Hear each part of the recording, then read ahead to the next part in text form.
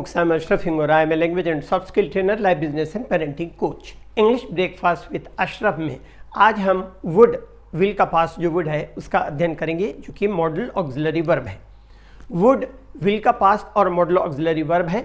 Would के बाद infinitive without to का प्रयोग होता है। इनके यूजेस किस किस तरह से होते हैं उनको देखें।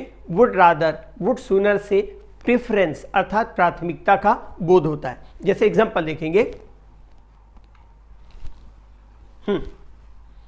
आई वुड रादर रेस्ट, मैं वस्तुतः आराम करना चाहूंगा। आगे देखें, I would sooner resign my post, मैं जल्दी ही अपने पोस्ट से, अपने पद से इस्तीफा देना चाहूंगा। रिजाइन फ्रॉम माई पोस्ट ऐसा यूज नहीं होगा। फिर नेक्स्ट यूज देखें, वुड का इस्तेमाल डिटर्मिनेशन मतलब दृढ़ निश्चय व्यक्त करने के लिए भी होता है। जैसे he would not stir an inch, वह 1 इंच भी नहीं हिलेगा, मतलब उसने दृढ़ कर लिया, दृढ़ निश्चय कर लिया कि वह अपनी बात से नहीं डिगेगा। आगे देखिएगा, विलिंगनेस प्रकट करने के लिए भी वुड का यूज होता है। देखिए, he said he would do his best, उसने कहा वह अपनी तरफ से बेहतर करेगा। फिर विश मतलब इच्छा और डिजायर मतलब आकांक्षा प्रकट करने के लिए भी वुड का यूज होता है। वुड दैट मतलब काश जिसको कहते हैं, would that I were healthy, काश मैं स्वस्थ हो जाऊं, अर्थात विश या डिजायर का बोध हो रहा है। सिमिलरली आगे और देखिएगा, we would like to leave early, हम जल्दी रवाना होना चाहेंगे, मतलब आपकी इच्छा है, डिजायर है कि आप जल्दी रवाना होना चाहेंगे। इसके बाद असंभव या अवास्तविक शर्त को प्रकट करने के लिए भी वुड का यूज होता है। किस तरह का यूज है आगे देखिएगा। I would build a house if I one A lottery, अगर मैं लॉटरी जीतूं तो एक मकान बनाऊं।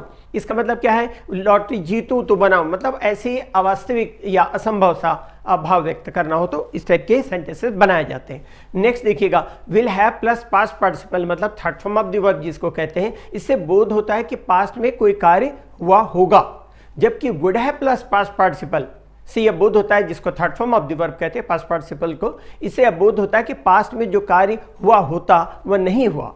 एग्जाम्पल देखिएगा, if our team had played well we would have won the match. If our team had played well, we would have won the match. इसको हम इस तरह से भी कहते हैं, had our team played well, we would have won the match. अगर हमारी टीम अच्छा खेली होती तो हम मैच जीते होते। तो इस तरह से कुछ हटके भी यूजेस हैं जो जनरली विल का पास्ट के रूप में गागेगी के सेंस पर हम नरेशन में यूज करते हैं। डायरेक्ट इनडायरेक्ट नरेशन आपने पढ़ा होगा, लेकिन यहाँ पर कुछ हटके यूजेस हैं। इसके अलावा जो मैं आपको और भी पहले की वीडियोस में बताया हूँ, ये बुक है जिसकी बहुत सारी चीज़ें मैं आपको वीडियो में बता भी रहा हूँ। उसके अलावा 656 पेज की बुक है, सारे के सारे इन्फॉर्मेशन इसके आपके वीडियोस के थ्रू नहीं दिए जा सकते। कुछ चीज़ें ऐसी काम की है, डिस्कोर्स मार्कर जैसा मैंने कहा, जो पूरी दुनिया की किसी बुक में अवेलेबल नहीं है।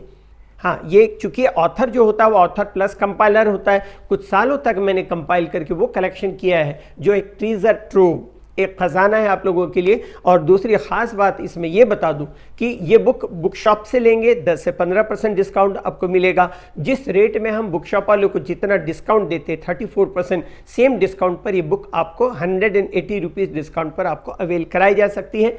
आपको इस बुक की ज़रूरत होगी तो आप मुझसे कॉल करके बात कर सकते हैं। इंग्लिश के लिए आप मेरे channel English breakfast with Ashraf and soft skill के लिए Ashraf the mover and shaker को लाइक, शेयर एंड सब्सक्राइब करें। कमेंट सेक्शन में कमेंट करें, बेल आइकॉन प्रेस करें और मेरी बुक जरूर पढ़ें। Thanks for watching.